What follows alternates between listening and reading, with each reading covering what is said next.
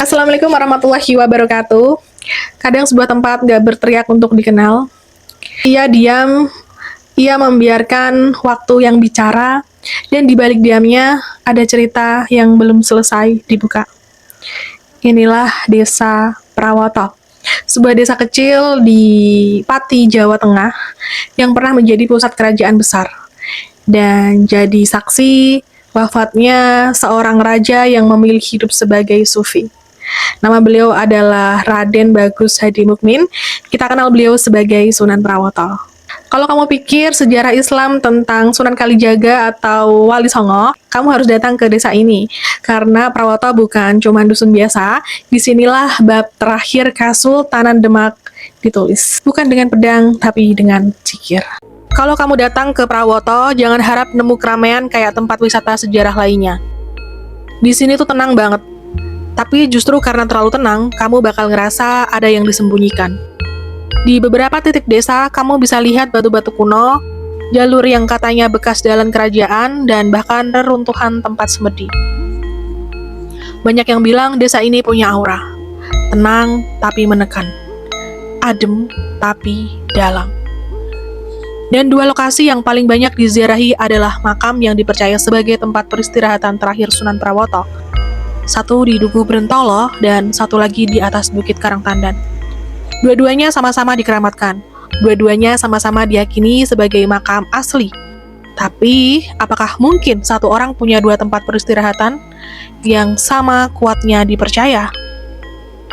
Nama aslinya mungkin nggak sepopuler Sunan Kalijaga atau Sunan Kudus, tapi perannya besar banget.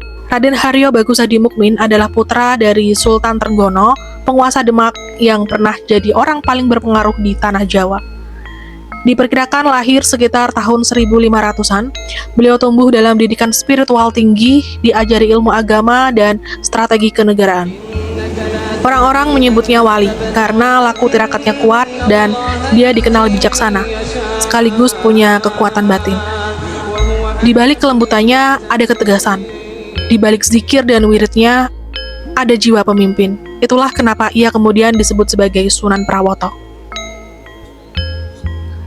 Saat ayahnya Sultan Trenggono wafat tahun 1546, kerajaan Demak mulai goyah.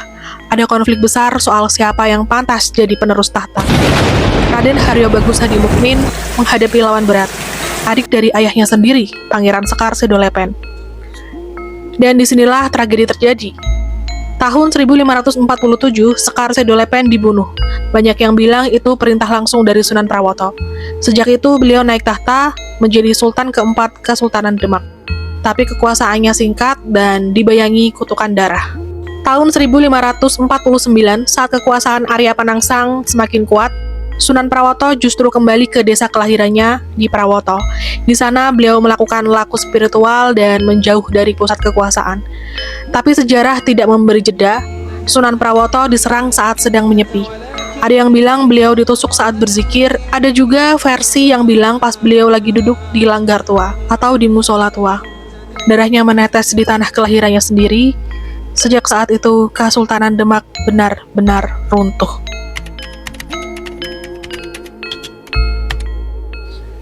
Nah, ini bagian yang paling bikin orang penasaran sampai hari ini. Kenapa ada dua makam Sunan Prawoto padahal orang yang satu dan dua-duanya masih di dalam desa Prawoto? Yang pertama ada di Dukuh Brentolo dan yang kedua ada di Dukuh Karangtandan. Beberapa tokoh spiritual bilang jasadnya ada di satu makam, tapi ruhnya menyatu di dua tempat.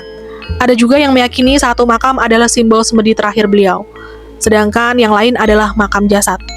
Tapi ada pula versi ekstrim yang bilang Sunan Prawoto dibawa lari setelah wafat dan sengaja dipecah tempat peristirahatan terakhirnya demi menghindari konflik politik.